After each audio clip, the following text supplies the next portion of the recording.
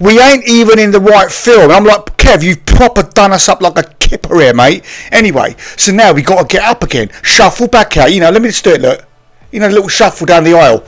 We got to do that malarkey again. Oi, you lot, camera on me, yeah? Let me tell you about the time I went down to Flicks with me two Muppets, Kev and Daz. It was the funniest night of me life. I swear on me old apples and pears. Anyway, picture it. Friday night, bit nippy outside, and we're outside the cinema. Big queue, everyone looking proper serious, like we're off to a funeral or something, not a film.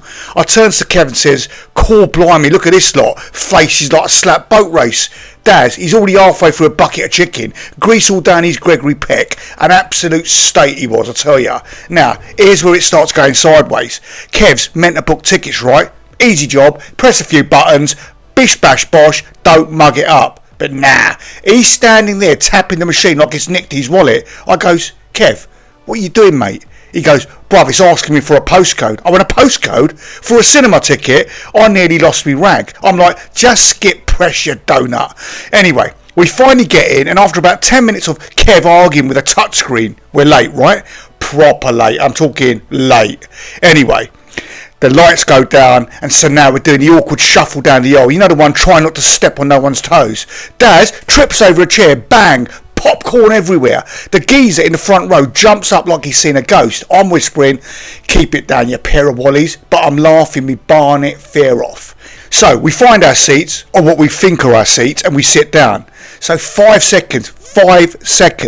This woman, she taps me on the shoulder, proper polite but fuming, yeah? "Excuse me, I think you're in my seat." I said, I look at Kev, he checks the tickets, and guess what? We're in the wrong screen. Anyway, we ain't even in the right film. I'm like, "Kev, you've proper done us up like a kipper here, mate." Anyway, so now we got to get up again, shuffle back out. You know, let me just do it, look.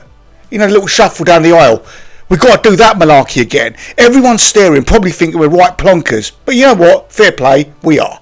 Anyway, Daz tries to sneak his leftover chicken out in his coat and leaves a greasy trail down the aisle like a crime scene, like a flipping dying slug.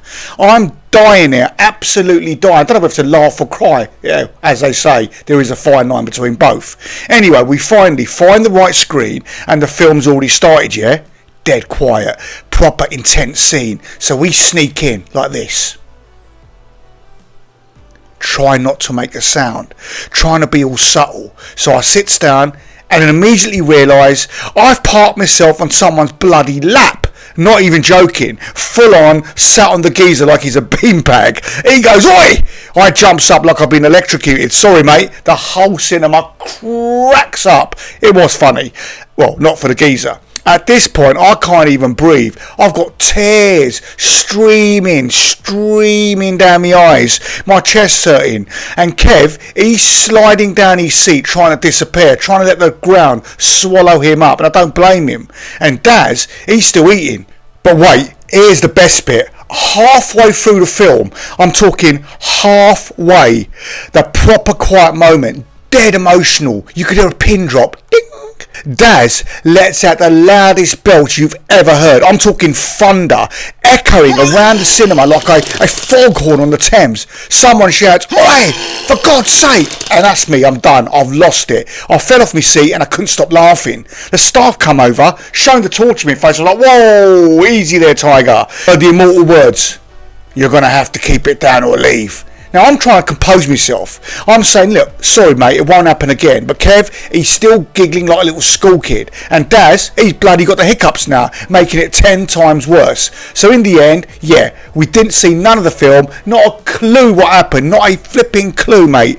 Walked out, still laughing, and people staring like we're escaped lunatics. I turns to the boys and goes, "Hey, best night I've had for ages." Kev goes, "Yeah, but what was the film about?" I goes, "Bruv, who cares? We was the entertainment." So yeah, listen, the moral of the story, because most stories have got to have a moral, right? Because what's the bloody point of listening to them?